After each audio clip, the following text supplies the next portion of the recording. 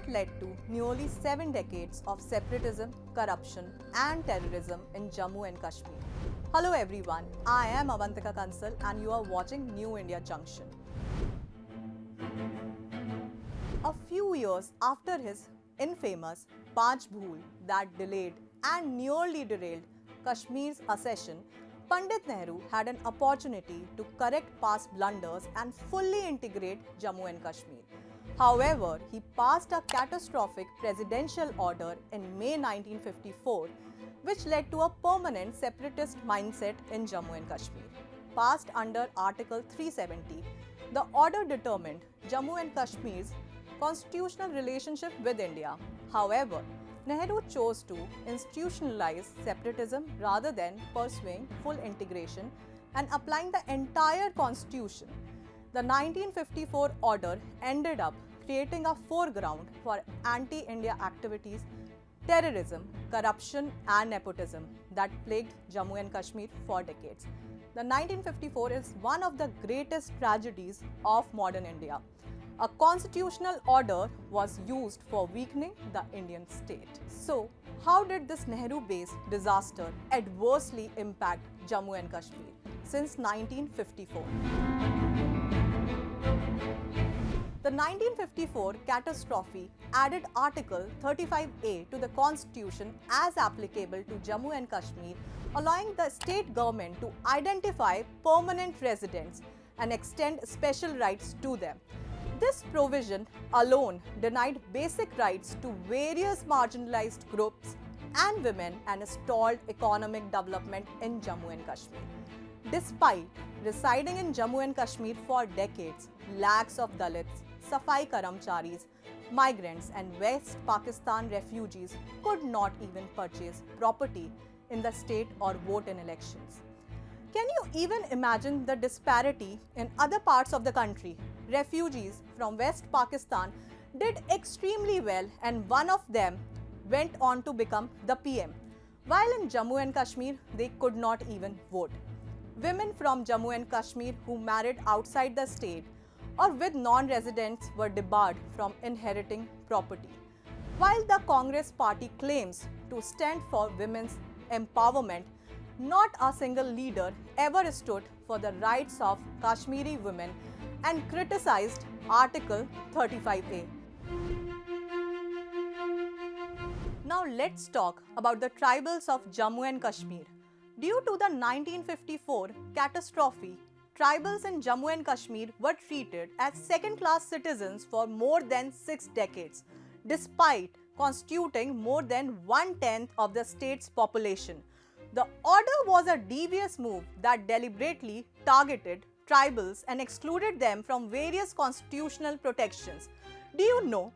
Article 15, Clause 4 allows the government to introduce special provisions for the advancement of backward classes, SCs and STs, but the 1954 order specifically excluded Jammu and Kashmir tribals. Across the country, SCs and STs were guaranteed political representation through reservation in legislature through Article 330. In the case of Jammu and Kashmir, STs were denied reservation by omitting references to STs. Under Article 342, the President can grant ST status to communities across the country.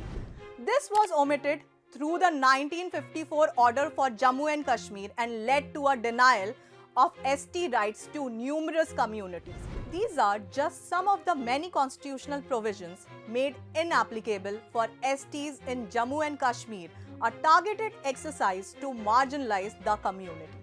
The special privileges extended to Jammu and Kashmir through the 1954 catastrophe led to irrelevance of important legislation such as SC/ST Prevention of Atrocities Act and Forest Rights Act were not even applicable in Jammu and Kashmir before the removal of Article 370 and Article 35.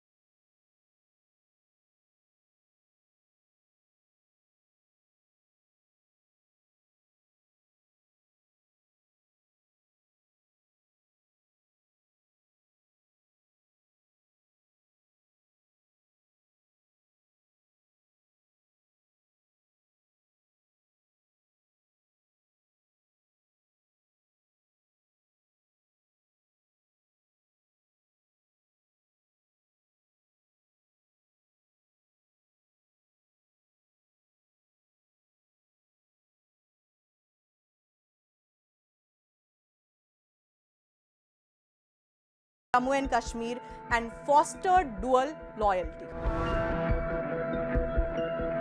Now let's talk about the stifling democracy in Jammu and Kashmir. The 1954 catastrophe stifled democracy in Jammu and Kashmir and enabled Congress and National Conference to sweep successive elections in the 1950s and 1960s. For over 2 decades, Congress did not allow free and fair elections in Jammu and Kashmir, as opposition candidates were prevented from contesting elections. Article 324 West Election Commission of India with powers over conduct and supervision of elections. In Jammu and Kashmir, the EC's powers were curbed and it was prevented from overseeing state elections. Article 81 was applied with a modification that Lok Sabha members from the state will be appointed by the President on recommendation of the state legislature. Till 1967, no Lok Sabha elections were held in Jammu and Kashmir and the state was represented by nominated members. This resistance to election and disdain for democratic rights has persisted. The same parties stood against the conduct of the Panchayat election in 2018. Now let's dive into corruption and nepotism. For more than 7 decades, state politicians looted Jammu and Kashmir and made it a hub of corruption and nepotism. The 1954 catastrophe facilitated this. The order essentially gave a free run to corruption in Jammu and Kashmir by excluding Jammu and Kashmir from reference to states in Article 149, which defines the duties and powers of Controller and Auditor General. Essentially, Jammu and Kashmir was left out of CAG jurisdiction. No auditing meant no accountability, and no accountability meant unhindered appropriation of state resources for over 7 decades. The system of exceptions created by the 1954 catastrophe meant in subsequent years, even other institutions such as the Central Vigilance Commission and Central Information Commission did not have jurisdiction in Jammu and Kashmir. So these were just 5 among the many ways in which Nehru's 1954 catastrophe created exceptions and led to a mindset of exclusion and separatism in Jammu and Kashmir. The 1954 order remains an unique incident which a constitutional mechanism was used for stalling economic development and cultivating separatism, terrorism, corruption and nepotism. So do you think what happened in 1954 with Jammu and Kashmir is democracy? Do let us know in the comment section.